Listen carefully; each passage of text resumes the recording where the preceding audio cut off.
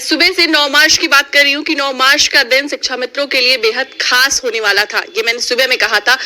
प्रदेश अध्यक्ष शिव कुमार शुक्ला से हमारी बातचीत भी हुई थी। फिलहाल आज का दिन शिक्षा मित्रों के लिए बेहद खास रहा। इस विषय पर ज्यादा जानकारी देने के लिए हमारे साथ मौजूद हैं प्रदेश महामंत्री सुशील कुमार यादव। बात कर लेंगे उनसे, जानेंगे आखिर मैं ऐसा क्यों कह रही हूँ कि 9 मार्च का दिन शिक्षा मित्रों के लिए बेहद खास रहा। इस विषय पर ज्यादा अपडेट देंगे सुशील कुमार यादव। बात करूंगी उनसे कि क्या बेहद खास रहा शिक्षा मित्रों के लिए आज। जी सुशील जी, क्या बेहद खास रहा 9 मार्च का दिन? 9 मार्च की बात कर रही हूँ मैं सुबह से, बात भी हुई शिव कुमार शुक्ला जी से, प्रदेश अध्यक्ष जी से। क्या कुछ आप कहना चाहेंगे, क्यों खास है शिक्षा मित्रों के लिए आज का दिन? इस विषय पर ज्यादा जानकारी आप दीजिए।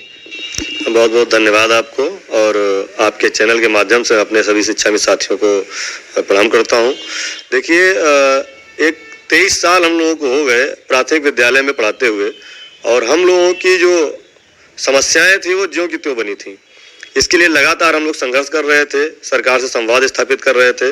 आज 9 मार्च को हमारे जो शिक्षा मित्रों की समस्याओं के लिए कमेटी बनी थी 18 अक्टूबर के धरने के बाद, उसकी पहली बैठक 24 नवंबर को हुई थी, दूसरी बैठक 18 जनवरी को संगठन के साथ हुई थी, तीसरी एक बैठक और हुई थी जिसमें प्रस्ताव पे काम हुआ था।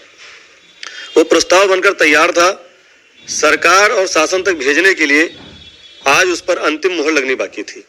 तो आज सभी अधिकारियों ने बैठ करके आपस में सलाह मशविरा करके जो भी उसमें संशोधन थे वो संशोधन कर दिए, जो भी उसमें कमियां थी उसे पूरा कर दिया, और आज उसे लिफाफे में बंद कर दिया। सोमवार को वर्किंग डे है, और सोमवार को शासन में हम शिक्षा मित्रों के भविष्य का जो लिफाफा है वो शासन में चला जाएगा। इसके बाद माननीय बेसिक शिक्षा मंत्री जी और माननीय मुख्यमंत्री जी उस प्रस्ताव को पारित कर हम शिक्षा मित्रों को सौगात देंगे। हम लोग यही ईश्वर से कामना करते हैं। क्या कुछ उम्मीदें लगा के बैठे हैं सोमवार को? क्या कुछ बड़ा हो सकता है? क्योंकि आपने अभी एक वीडियो जारी किया था जिसमें आपने एक बात कही थी, मुझे याद है, आपने कहा था कि अगर 1-2 हजार बढ़ाने की बात होती तो सरकार ने कब का बढ़ा दिया होता। लेकिन क्या कुछ बड़ा ऐसा होने वाला है? क्या कुछ कहना चाहेंगे? देखिए, मैंने इसलिए कहा था कि 2022 के चुनाव के पहले नवंबर में हम लोगों की बैठक माननीय बेसिक शिक्षा मंत्री तत्कालीन उनके साथ और सभी अधिकारियों के साथ हुई थी। उस समय शिक्षा मित्रों का मानदेय 2000 बढ़ाने का प्रस्ताव बना था, लेकिन वो मानदेय कम होने के कारण नहीं बढ़ सका था। ये हुआ था कि मानदेय 2000 अगर बढ़ेगा तो शिक्षा मित्रों का भला नहीं हो पाएगा। इन सब चीजों को ध्यान में रखते हुए अब जो प्रस्ताव बना है, हम लोग उम्मीद कर सकते हैं कि हम लोग एक स्थायित्व की तरफ चल रहे हैं, और हम लोगों की मांग है कि हम लोगों को स्थायी किया जाए और समान कार्य समान वेतन दिया जाए।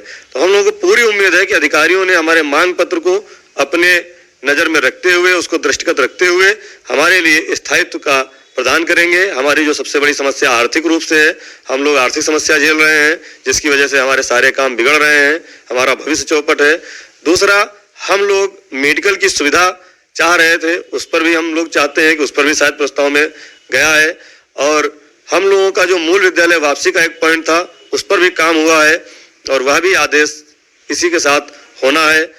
और जो महिला बहनें हमारी अदर डिस्ट्रिक्ट में हैं उनके लिए भी काम इस प्रस्ताव में होना था, और मृतक शिक्षा मित्र भाइयों के लिए भी हम लोगों ने मांग रखी थी।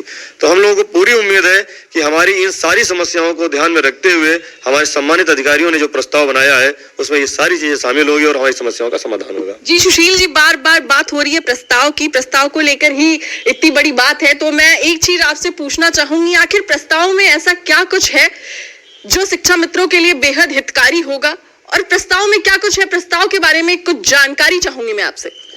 देखिए, प्रस्ताव के बारे में जो लिफाफा बंद हो गया है उसकी जानकारी अभी हम लोगों को नहीं है उसमें क्या है, लेकिन इतना जरूर हमें सम्मानित अधिकारीगणों ने, हमारे माननीय बेसिक शिक्षा मंत्री जी ने आश्वस्त किया है कि जो भी हो रहा है वह हमारे भविष्य को अच्छा करने के लिए हो रहा है, और हम पूरी तरह उनकी बातों से आश्वस्त हैं कि जो भी उस प्रस्ताव में जा रहा है हमारे लिए एक नई सुबह और नई किरण लेके आएगा। तो क्या ये मान लिया जाए कि इस बार की होली शिक्षा मित्रों की फीकी नहीं जाएगी, फीकी नहीं होगी? आचार संहिता लगने से पहले शिक्षा मित्रों की समस्याओं का हल हो जाएगा? या मैं यूं कह लूं कि कल 8 मार्च अंतर्राष्ट्रीय महिला दिवस था, तो शिक्षा मित्रों को एक सौगात दी जाएगी सरकार की तरफ से?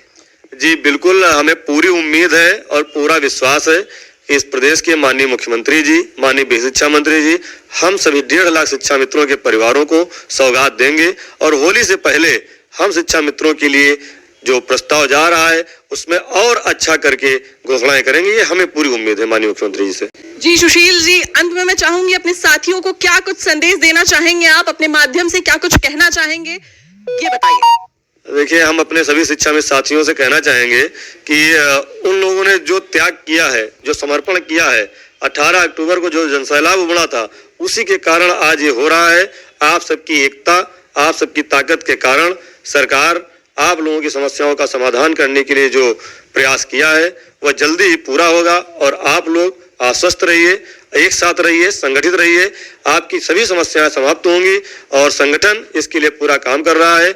उत्तर प्रदेश प्राथमिक शिक्षा मित्र संघ के प्रदेश अध्यक्ष आदरणीय श्री शिव कुमार शुक्ला जी और प्रांतीय कमेटी के सभी मेंबर आगे सोमवार से लगातार माननीय विशेष शिक्षा मंत्री जी से और माननीय मुख्यमंत्री जी से मिल करके इस प्रस्ताव में और अच्छा जो भी होने वाला होगा उसको लागू कराने का प्रयास करेंगे। आप लोग निश्चिंत रहें, संगठन पूरी तरह से आपके लिए अच्छे से अच्छा जो भी हो सकता है वह करने का प्रयास कर रहा है।